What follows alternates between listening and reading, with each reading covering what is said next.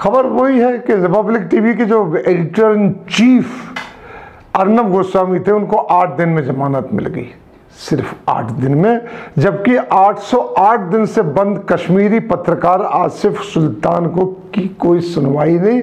उनके ऊपर चार्ज सिर्फ इतना है कि वो ज़्यादातर आतंकवादियों की रिपोर्टिंग करते थे कश्मीर के। उन पर इल्ज़ाम लगा दिया कि आतंकवादी गतिविधियों में सहयोग देते थे, लेकिन वो अपने मालिक के कहने से रिपोर्टिंग किया करते थे। वहीं पीडीपी के नेता जो हैं पूर्व चीफ मिनिस्टर महबूबा मुफ्ती, उन्होंने ये भी सवाल उठाया है कि अक्सर छोटे छोटे वारदातों में जो गिरफ्तार कश्मीरी हैं उनकी जमानत तो अभी तक हो नहीं रही है, 2-2, 3-3 साल से वो जेल में बंद है। और अर्नब गोस्वामी की 8 दिन के अंदर जमानत हो गई। कोर्ट ने सुनवाई भी कर ली और उनको डांट भी लगा दी। हाई कोर्ट बम्बई को उनकी सुनवाई कर दी। यहाँ पर जो पत्रकार कश्मीर के पत्रकार हैं उनको जेल में बंद पड़े हुए हैं और ये भी पता नहीं हो पा रहा कि वो कितने सालों से जेल में हैं और कहाँ कहाँ बंद हैं, उनकी कोई सुनवाई है। उनकी छूटने की बात और ज़मानत की भी कोई गुंजाइश नहीं है। ये पीडीपी की जो हेड है पूर्व चीफ मिनिस्टर महबूबा मुफ्ती ने ये बात कही है। तो ये बात वैसे प्रेस क्लब बैठी है या पत्रकारों में बैठी है तो बड़ी आम चर्चा की बात है कि दिल्ली के एक पत्रकार है सिद्दीक कप्पन, जो कि केरल के हैं और एक पहले अखबार में काम करते हैं, वेबसाइटों को भी अपनी खबरें देते हैं। वो दिल्ली से हाथरस जो बलात्कार कांड हुआ है उसकी रिपोर्टिंग करने के लिए जा रहे थे कि उनको मथुरा में गिरफ्तार कर लिया गया। उनको UAPA के तहत देशद्रोह का मुकदमा भी उनके ऊपर ठोक दिया गया और कफन को 40 दिन हो गए हैं जेल में रहते हुए, ना उनकी जमानत की सुनवाई हो रही है।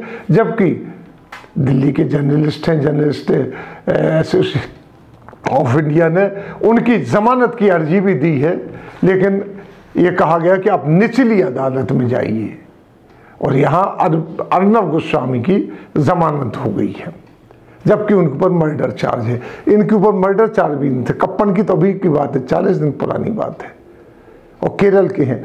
केरल जर्नलिस्ट एसोसिएशन भी उनकी लिए कोशिश कर रहा है कि उनकी जमानत हो जाए, नहीं हो रही है।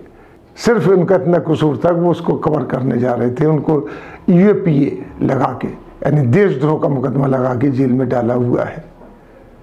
पुलिस तो पुलिस, चाहे यूपी की हो, चाहे दिल्ली की हो, चाहे कश्मीर की, वो तो सब एक ही होती हैं।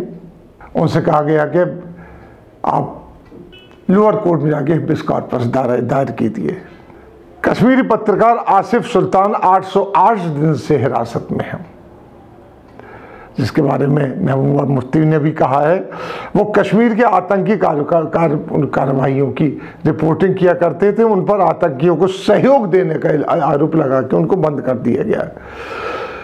उनके सहयोगी पत्रकार इस आरोप से इनकार करते हैं कि नहीं, उनका ऐसा नहीं है, वो सिर्फ जर्नलिस्ट थे। जैसे जर्नलिस्ट को जो ड्यूटी मिलती है वो करता, तो वही ड्यूटी कर रहे थे। कोर्ट उनकी याचिका की सुनवाई ही नहीं कर रहा है। सोशल एक्टिविटीज और कोर्ट उनकी एप्लीकेशन की सुनवाई ही नहीं कर रहा है। इसी के साथ कई और फेमस लोग, मशहूर लोग जो पूरे लिटरेरी फील्ड में सोशल एक्टिविस्ट है, वो भी जेल में पड़े हुए हैं, जिनकी सुनवाई नहीं हो रही। जमानत की तो बात ही छोड़ दीजिए। उन्हीं में से सोशल एक्टिविस्ट सुधा भारद्वाज आती हैं, महिला है, 58 साल की उम्र है।